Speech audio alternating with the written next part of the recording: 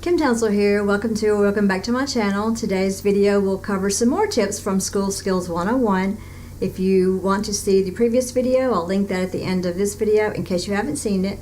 And if you want to go ahead and get all the tips at one time, then check the text below and I'll give you some information on how to do that. Who am I to be giving advice anyway? Well, I got my undergraduate degree a long time ago in secondary education. I got my master's in secondary education from the University of Alabama with a 4.0. I got my doctorate from the University of Alabama with a 4.0 in instructional leadership. I have numerous awards, some of which are on the wall here, recognizing me for my teaching and my contributions to education. I've kind of made it my lifelong journey to help people learn, and that is really my passion, is metacognition, learning how we learn.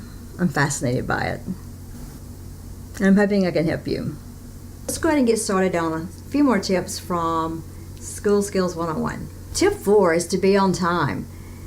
Sometimes things happen and we just can't be on time, but if perpetual tardiness is your thing, which I have to admit sometimes it is my thing, it tends to disrupt the class. And the premise is if you've got 24 students in there who made it on time and one person's continually late, the other 24 students are going to get a little bit aggravated, and the teacher's going to get a little bit aggravated. If you're occasionally late, like maybe once or twice a semester, then probably people are going to realize that, hey, you know what, this person's never tardy, and something really happened to make this person tardy. But habitually being tardy all the time, it just shows a disrespect for other people. And for heaven's sake, don't come in tardy and then expect everybody else to get you caught up, because that's not their job, right?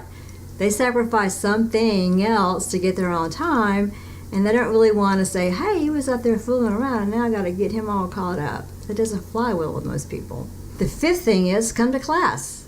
As simple as it may sound, we have students who just don't even bother coming to class, and then they expect to make an A. How can you expect to make an A if you're not even in class?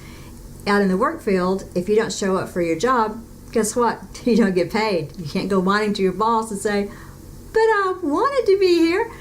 If you're not in class, you're going to miss something. So make a point to be in class as much as possible. Yes, some classes are super boring. And yes, some teachers are super boring. But remember, you're probably getting a free education, or you're probably not the one paying for it.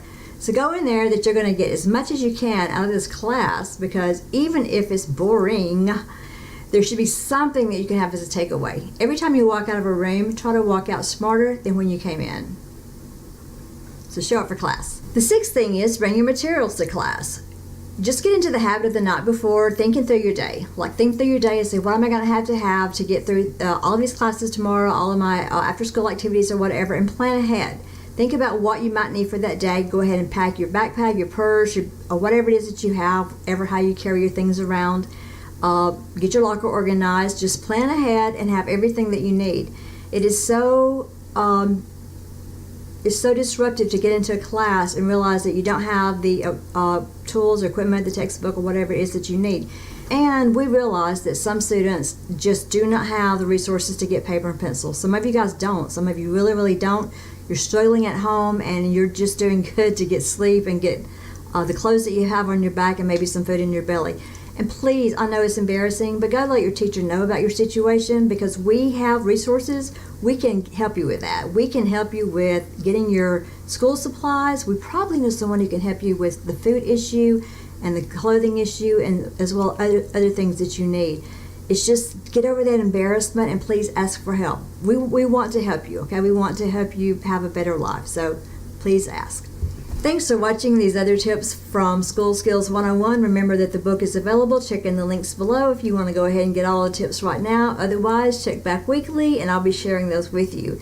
Share this if you know someone who can benefit from these tips, and stay tuned because the tips are going to get way more in depth. We're just starting off easy, so you're not feeling like you're having to learn something right now.